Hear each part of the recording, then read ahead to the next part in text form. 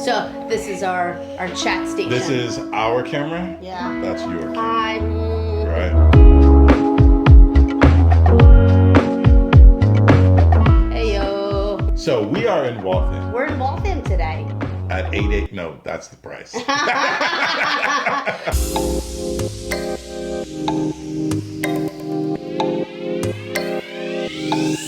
We are at 15 Robbins Street in Waltham, which is a new condo listed by us, Hillman Homes.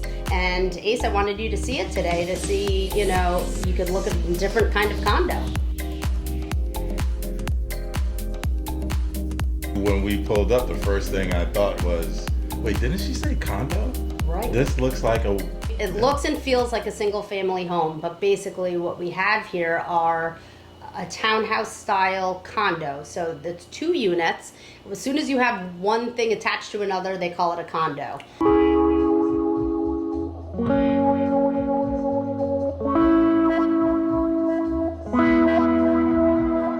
So remember, we went to Brookline. That was a high rise. That's a condo. And a high rise is a big building with lots of floors, and you have lots of units in there. Lots of neighbors. Lots of neighbors. That's a condo. Well, this is also a condo, but it's only 2 units. This is a townhouse style. So townhouse means it's multiple floors. Okay. And that's where we are today. Beautiful, beautiful. That bathroom, the master bathroom. Oh my gosh. Primary bathroom. Primary or the main bathroom, right? Now we're calling the main bathroom. Has the terminology switched? The terminology is always changing, which just makes it complicated. No but, one likes you know, the master. They don't like to master, so master. yeah. Anywho. It's very suggestive. It's a nice the master adjustment. bedroom. Yes, So, I mean, whoa. I know. It's like there's goods and bads with all the terminology, and then it gets Right. confusing from state to state. If you have your biggest and where the main people in the house would stay would be the main or the primary. I think they're trying to figure it all out. Yeah. But it is a fabulous bathroom nonetheless because it has double vanity, radiant flooring, and washer dryer in there. So this unit is spectacular. What's interesting with this, when we think about New England architecture, this is your quintessential turn of the century. It was built in 1900, as a lot of things are. It's been upgraded over the years, so you get that, what we always call is the old school charm, Yeah. coupled with modern amenities. So you can see today we're sitting in a gorgeous Eden kitchen with granite, gas cooking, stainless appliances. This is a breakfast bar, so this is where you can eat in or have the space to cook if you like baking and all different types of things like that, as well as entertaining, because it opens up here to a family space. So if you're entertaining, you have these 2 rooms to play in, and then head right outside to this amazing backyard, which, again, we talk about trade-offs. Sometimes with a condo, like we saw in Brookline, you're sharing a courtyard or you're sharing space with other people, versus here, you've got your own fenced-in half, right? So it's two units, and they split up the backyard 50-50, but it's all fenced in. So you get your own yard, your own place for a barbecue, your own patio. I mean, it's as good as it gets for having a single family with the benefits of a condo, because you're sharing the overall expenses, which is master insurance, Yep. And outside envelope expenses with somebody else. So now let's look at this beautiful home through Yes. the eyes, through Hillman's eyes, right? We don't want to say it. See what I did there? I see what you did there. Tied it in there. Aha. So if this was Rachel's home, Yes. right, and you had guests coming over, what's the attraction in this property specifically? I mean, there's so many. One thing that's nice is location, right? So we talk about trade-offs. Where do you want to live? Waltham is a great town. We are right down the street from Moody Street, which I call it the Moody Mile, because there's like a whole bunch of restaurants and shops. Oh. Other people call it Restaurant Row. Right now in the summertime, they have outdoor seating, and to be able to walk there and eat and drink and not have to worry about driving. And come back here? And come back here. And then, you know, hang out and have your after party in the yard or whatnot. I mean, this is great location, great for commuting. That's a lot of fun.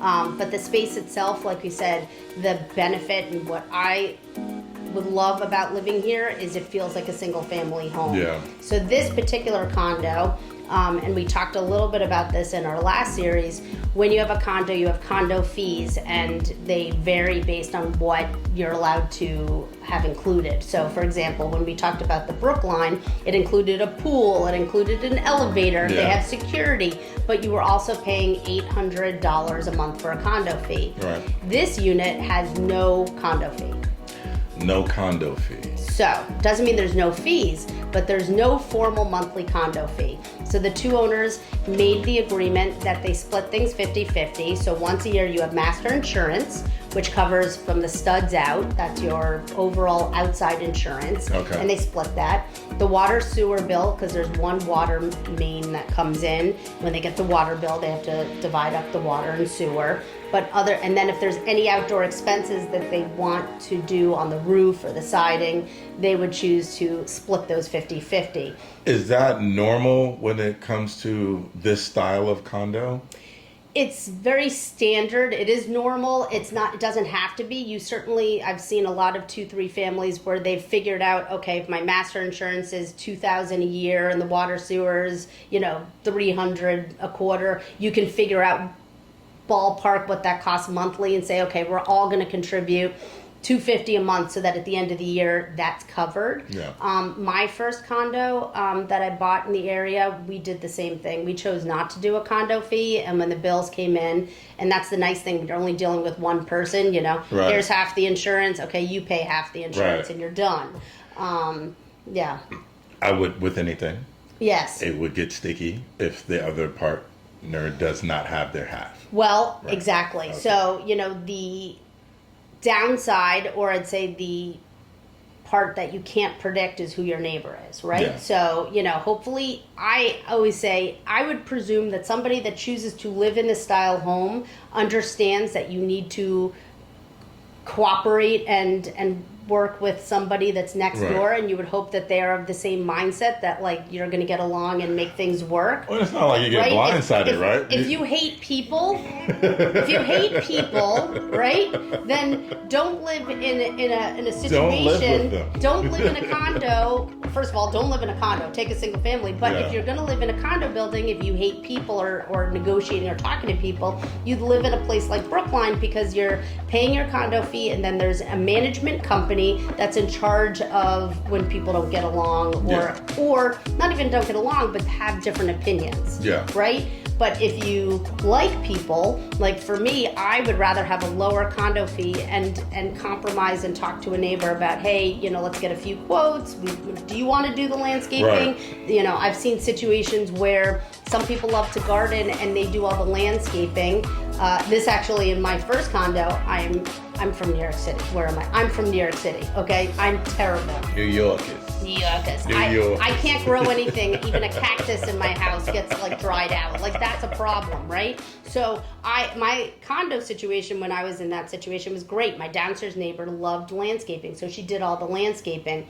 I like snow, and I had no problem taking care of the snow removal. Yeah. So we didn't spend money on plowing the driveway or a gardener. It worked out for us. But again, when you're in this 2-3 family situation, it's really easy to figure out, what do you want to do, or what do we want to pay for, and let's just figure it out.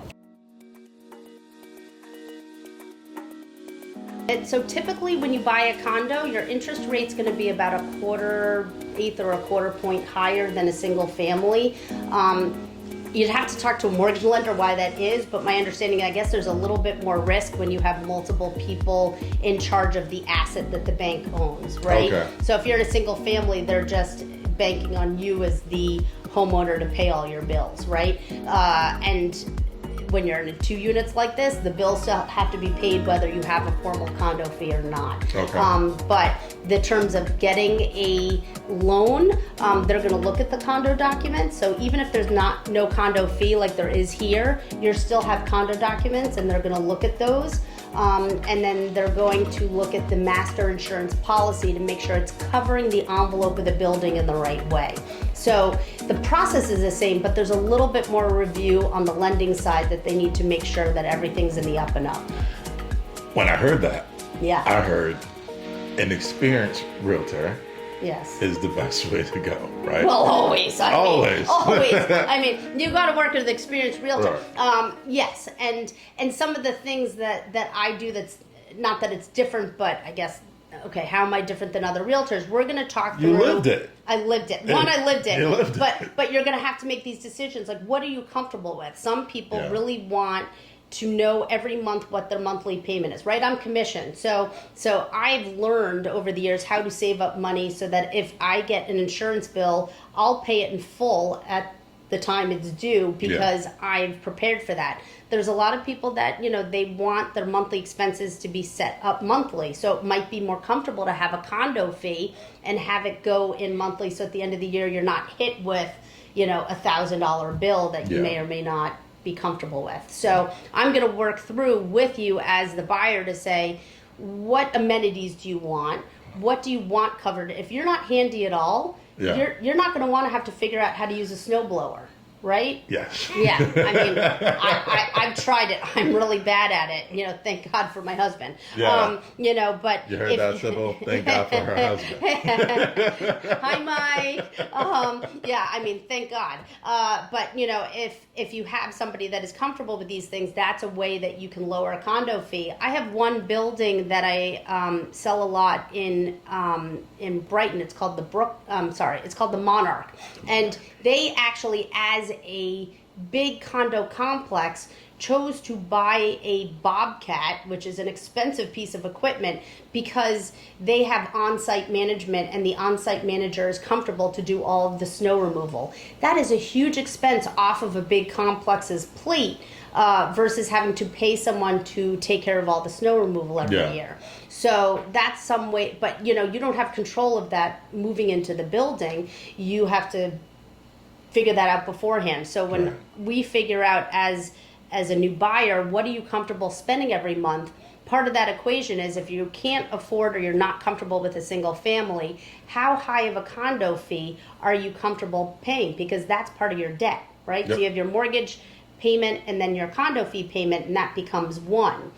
That also becomes a wash depending on, so people say, well, why single family versus a condo? Yeah. If you own a single family, you're still paying for insurance. You might pay for your snow removal. You might pay for a landscaper. You have to pay for water, sewer, and all your utilities. You are covering all of that. You're covering all of it. If you are buying a condo, they're like, oh, but there's this condo fee. And it's like, well, what are you paying for an insurance or landscaper, snow removal? Or if there's a gym in there, what are you paying for your gym membership? That brings it down. So it might end up being a wash or a little bit higher. But we have to figure out, are you comfortable at that higher price? And can you afford it? And then you got to talk trade-offs, right? You got to talk trade-offs. So I shared with you before when we were looking for our home, I came across some beautiful condos. Yes. But my deal breaker was that backyard. Yeah. I did not want to share it. As I look around this property, I'm like, we would have definitely jumped at it. It's available. We can talk about that. Come on, man. Come on. Well, I've only been in Avon for 3 years. 3 years. You're past the residential the exemption. Is that it? Is there a thing? If you live in your house 2 of the past 5 years, there is no taxes on the gain up to a certain amount. So as a married couple, up to $500,000. So we could just shut this thing off for now. We'll just go and put the offer, and we'll be good to go. Listen, Sybil walking through this would love it. And you had mentioned something before, like there's a good mix of like the old and the new here. Right. And what I appreciated is you can tell where the upgrades were, but aesthetically it flows and it blends quite nicely. Some homes, it's like night and day. It's like I'm in Bruce Wayne's mansion or I'm in Batman's cave. Right? Well, and I always say, is this a Home Depot flip kind of renovation, right? Yeah. We've been in those kinds of homes too, where it starts off old and you can totally tell when they just went to Home Depot, and it's very vanilla. Yeah. And they put some renovations in there that they are upgraded, but they're so Here, what's nice with an older home, you can Sounds see like the my home. Sorry. Sorry. They were do-it-yourselfers. Yeah, I figured out what that meant. Or I say, is this a Cousin Vinny renovation, right? Like, so like you see the same tile. My Cousin Vinny. My Cousin Vinny. Like every tile in the bathroom's the same because there was a sale at Home Depot and Cousin Vinny came in, and you see all the corners are cut and the grout isn't quite in, but it's updated. Yeah. Right? It's updated, but it's mucky, right? And I call that sloppy. You didn't lie. You didn't tell the truth. You didn't right. lie. Yeah. Right. Exactly. It is updated. That is true. But like when you really get in there, and then once you move in and you really see that there's like stuff you have to fix over after that, it's a real bummer. Another reason to get a home inspector. Yeah. And a realtor who cares to break that down to you. Right. Absolutely. And if you like, I guess also just going back to what you're talking about, this kind of property, you know, I like renovation. So you could look around a house like this. It gives you ideas. So we could be looking at different properties. Maybe it is older. Don't, get freaked out about it. You could turn a property with the right budget into looking something like this. Yeah. But the benefit of this is all done. And you get all of the real nice character of what we saw with original 1900 construction, and by the way, built really well. 1900 construction is actually built better than 1980 construction, which is really terrible, right? So you go into a place like, oh, this is built in the 80s, and you're like, and every 20 years the house falls apart, right? So anyone who bought a 1980s home, right now they're renovating everything, their windows, their roof, their systems. So, looking at a place like this, it's all been done for you, and you get the benefit of really nice character and woodwork, coupled with modern things like your washer dryer on your second floor. Listen, I get excited anytime you bring me into a home that doesn't have that green World War II shag carpet. Yeah, we've with seen the that. wood panels. Or the or wood paneling. It's such a gem. Or the avocado green toilet. Like, what were they thinking when they made avocado green toilets? There was a lot of things being smoked back in the day. Honestly, right? Honestly. But this home is a gem.